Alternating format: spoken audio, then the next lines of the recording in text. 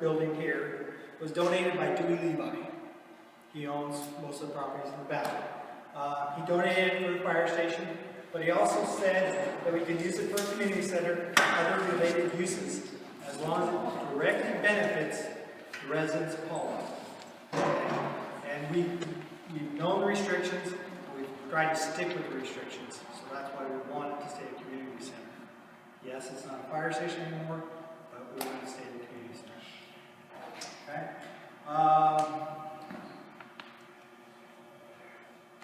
The building was built in 1998. It was built by Paulden volunteers and members of the community. Came out, we're standing in walls, pouring concrete, and set roof trusses in the snow.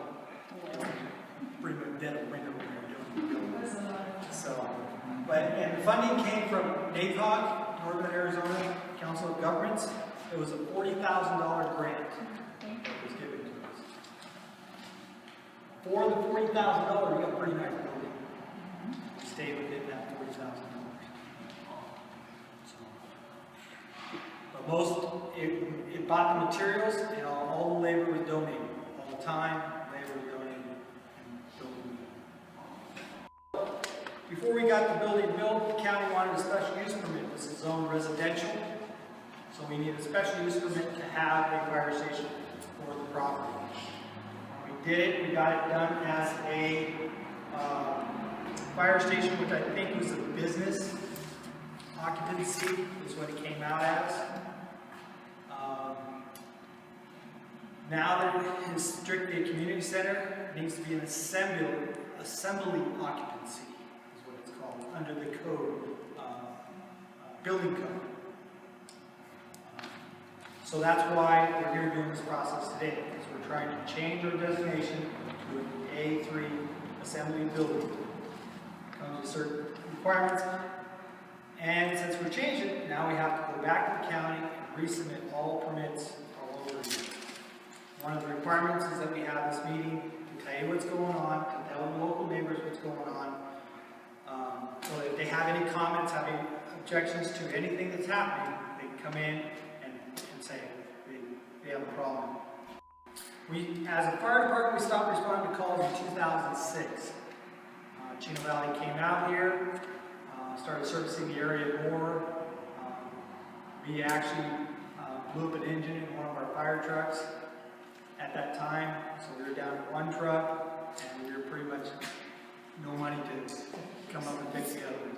So we stopped doing service in 2006 with an agreement with Chino Valley. They came out and were using our building to store equipment in. That way they had extra equipment in the Paulden area for any calls they might have. So they were using it. And they used it until about 2011. They stopped using it because they built a large facility at their station on Road 3 North, and then they house all their equipment there. The building's been primarily used as a community center. Most people know Paco's been using it for years. You've had churches use it. You've had 4-H. Jeff does all the scheduling of all the people that want to use the building. That's what Jeff does. That's why everybody knows Jeff, I guess. He does a great job too. I can't take him up through.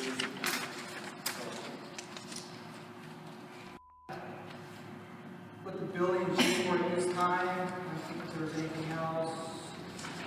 Okay. So now, requesting use permit from the county. Like I said, one of the things we have to do is have this meeting. Let the people know what we're doing and why we're doing it. The requirements for the building now have changed, and that's where we come to what the requirements are. Again, I mentioned 1,000 feet. We also are going to be on the PACO agenda. We are on the PACO agenda for March 5th meeting. We'll basically cover the same information at that meeting. And I urge you to give your input. Tell us what you're thinking. You like the idea, you don't like the idea, just let us know. We hope you like the idea. Going back to the history, when the Paulden Volunteer Fire Department first started in 1994, there was no place to meet out here. The only place we met was, I think, gun site training classes first place they first started having the meetings. And they were hard to get to because if you've ever been up that road. Anyway, back to an A3 assembly occupancy. Some of the changes we need to do. Concrete or asphalt. You need to do part of the driveway, so we have 12 parking spaces. I believe it's 12, right? 12. Yeah, that are parked on concrete. One of the things we possibly could do is ask for a variance from that to cut down on the cost of what it's going to cost us to do the changes that they're looking for. But more than likely, we're going to do either concrete or asphalt. We're getting bids on those. Let's see. The interior. A couple things we need to do is the doors for fire code have to swing out, and they have to have panic bars on. The bathrooms. One of the bathrooms has to be, what was it? One more bathroom installed? Yes, they have to switch them to man and women. Right now they're unisex because only one is a handicap.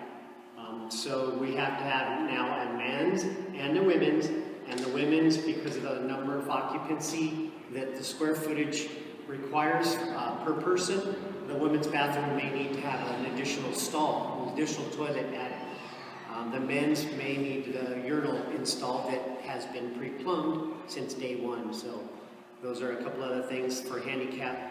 All the ADA requirements with the lever handles and all those things will have to be also required.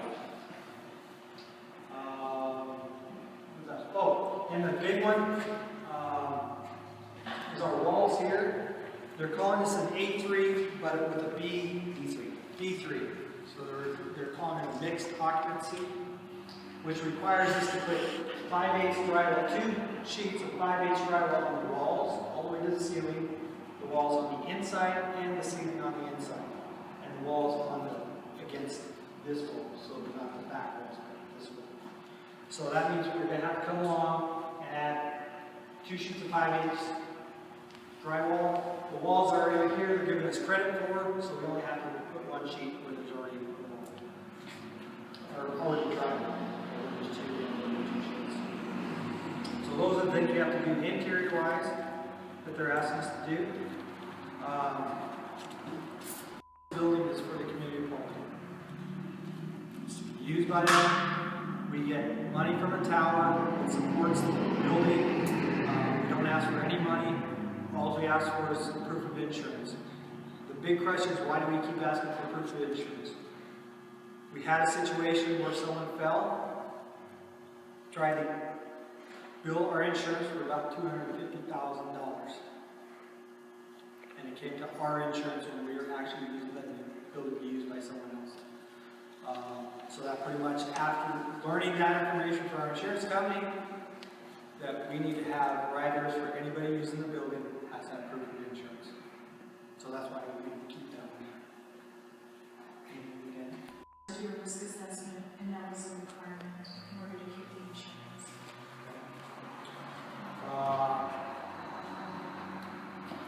There's that. There is, other than what the county is requiring for the building changes, there's no other changes planned for the building. It's going to stay the same way it is. The only changes that we're going to do are what you're asking for. I'm not trying to leave it the same. There is some other stuff we've been talking about, some windows, possibly talking about taking out a door, putting in some different doors instead of rolling doors, but getting some ventilation, or possibly air conditioning. Air conditioning might be if we have any money left over at the parking lot. So, we know how hot it gets out here in the summer. We've been kind of strapped on money. What we're doing with the building, support it, help us, let this be willing to support what we're doing. Okay? A couple things we did is there's some papers over there. One that just says you support it, and we'll give it, sign it, and we'll give it to Craig Brown. The more papers he sees on his desk, the better our chance of getting it. Comments, we have comment cards over there. If you want to make a comment, if you don't want to make a comment now, you want to make a comment at the back meeting, that's more than happy to. But that's pretty much the gist of what we're doing. Any questions?